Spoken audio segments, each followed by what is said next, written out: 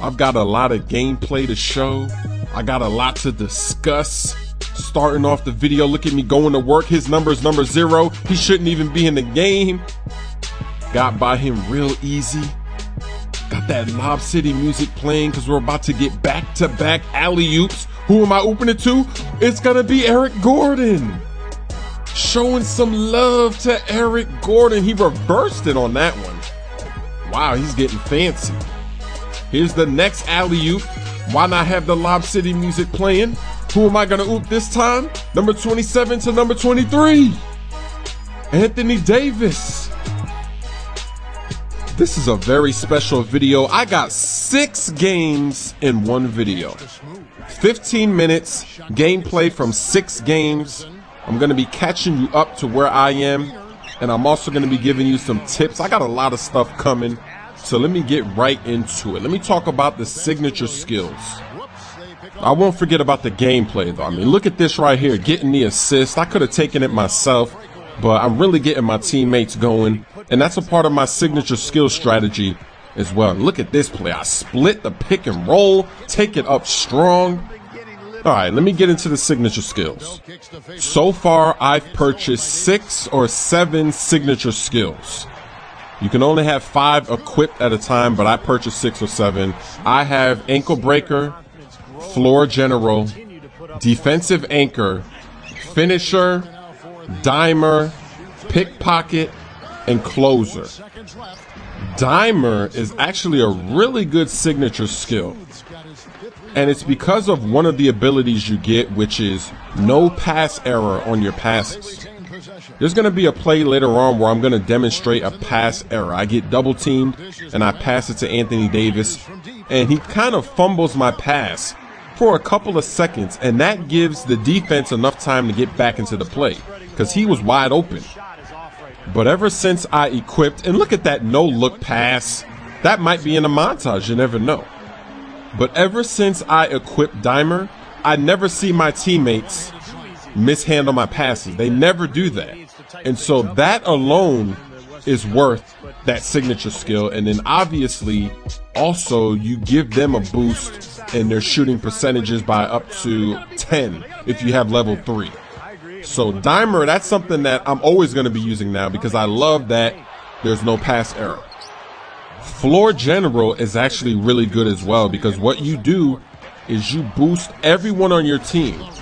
All 4 other players on the court with you, you give them a +2, +3, or +4 in all of their offensive abilities, depending on what level of that signature skill you have.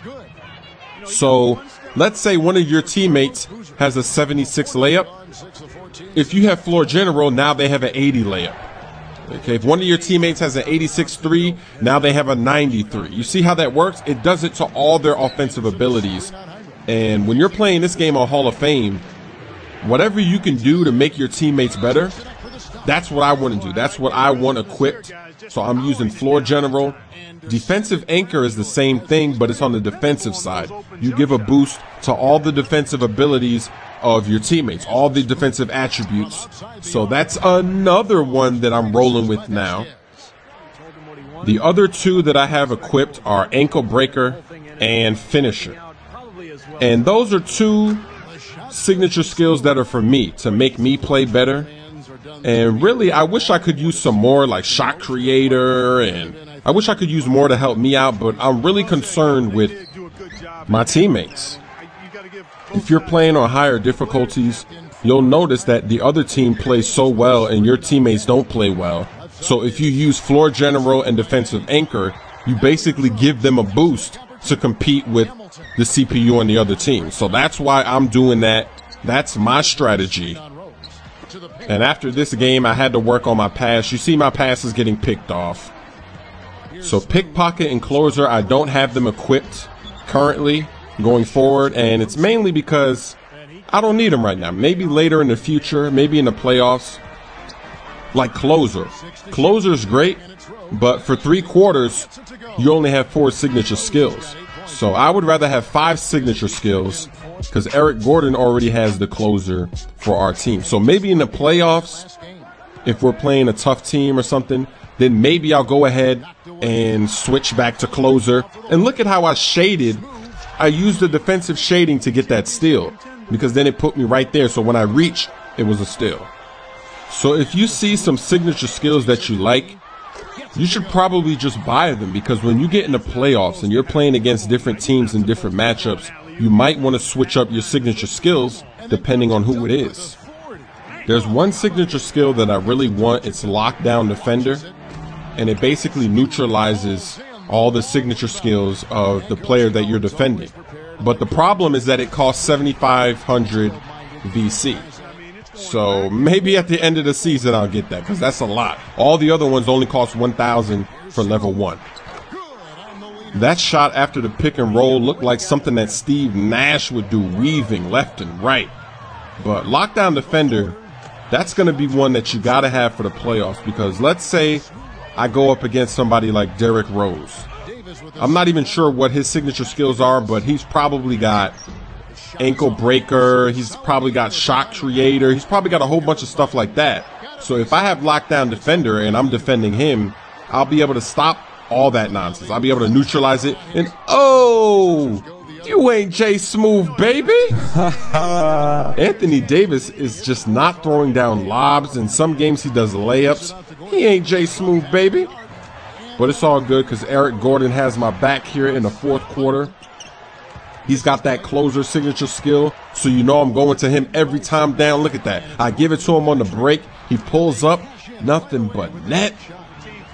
And this sequence right here, this is why it's so perfect to play for the Hornets as a point guard. Look at that pass. Look at that play. He's wide open. Getting the #1 draft pick. This feels great. My player this year is more fun than it's ever been. And it's only the first, this is only the first 6, 7, 8 games of the season, and I'm already having more fun with the mode than I did last year. And this is my first ankle break. Oh, I got him leaning. I got Holiday leaning. Holiday about to go on a holiday right there. And after the game, you see I have my first 2 signature skills.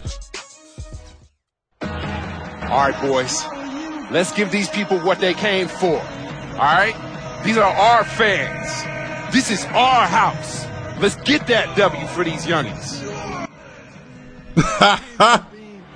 If that doesn't get you hype, I mean, I'm hype after seeing something like that. I'm in my warm-up jersey giving a motivational speech. I'm still coming off the bench giving speeches. And oh, you ain't Jay Smooth, baby. Look at Anthony Davis doing a soft little layup. So as far as the signature skills go, the discussion's pretty much over now. I'm going to switch to another topic, but I do want to say that some signature skills are not worth it. Like the corner specialist, you don't need that. That's basically like a waste of a signature skill, because if you shoot a 3 in the corner, you're probably going to make it anyway. So I wouldn't recommend buying that. And obviously there's a lot more signature skills than what I discussed. But for a point guard and for me, that's what I'm going to be using. Now I want to talk about simulation game style versus default game style.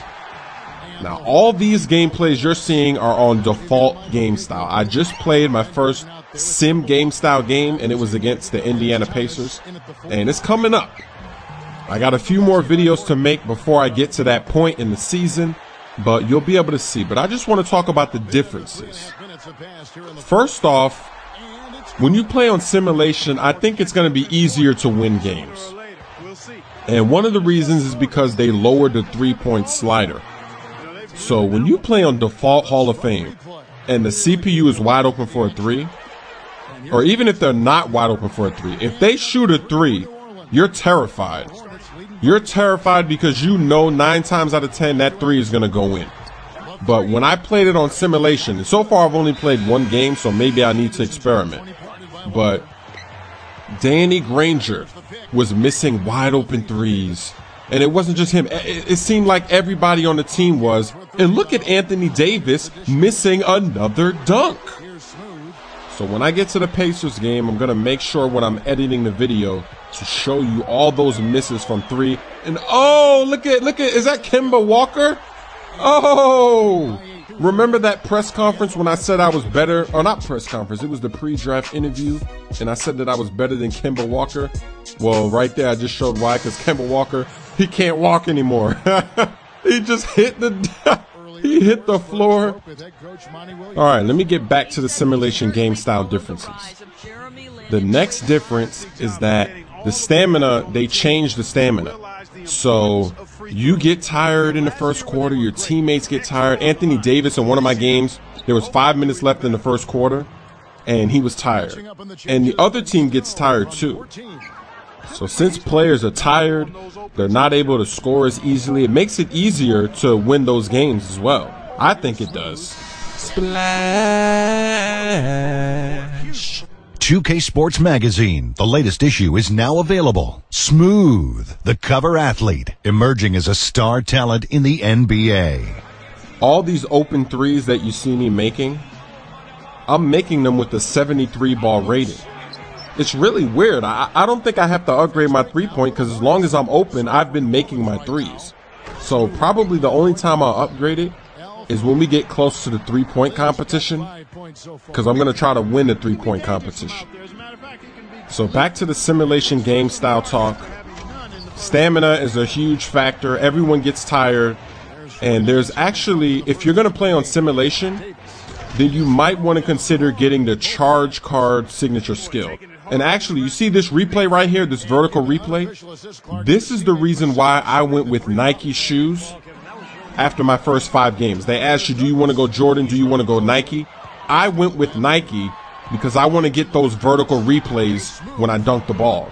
And you can only get those kind of replays with the Nike shoes. So that's why I went Nike this year. And I'll be showing that in a future video. And I'm lobbing it up to Anthony Davis, and finally he slams it down again. So let me finish up the sim game style discussion. If you're going to play on sim game style, then you might want to consider using the charge card signature skill. And that's because one of the benefits is that you give your teammates plus 15 in stamina. Because on simulation, I don't know what it is, but your teammates are getting tired. Everybody's getting tired. But the main thing that I don't like about playing on simulation is that because of the stamina, I don't know, but you're just not as fast. So on fast breaks, I saw a lot of centers keeping up with me, and I don't want to be playing NBA 2K12 again where speed doesn't matter. So obviously I need to investigate. I need to play more games because I've only played 1 game on simulation so far. But if it's like that, if the speed is gonna be like 2K12, then there's no reason for me to play it on simulation game style. I'm just gonna stick to default. Now, I don't know if you've been paying attention, but since that Rockets game, whenever I get the ball, the first few seconds, it shows an all-star icon under my name. And that's because my overall now is 88. And I'm going to be showing my attributes when I get to that Pacers game. But it's actually really funny. The reason why my overall is so high now is because I upgraded my offensive and defensive awareness.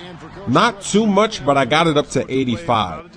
And the reason why I did that is because I wanted to get the level 2 for floor general and defensive anchor.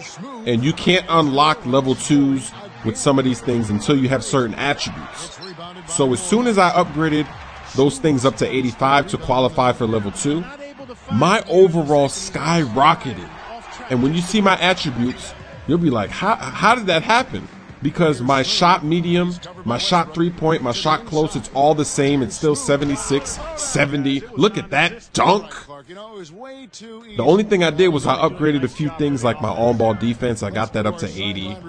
I upgraded my steal to 70-something. My shooting and everything is still the same, but the offensive and defensive awareness, I guess I shouldn't have upgraded that. I don't know. But now I'm an 88. And I got Westbrook leaning.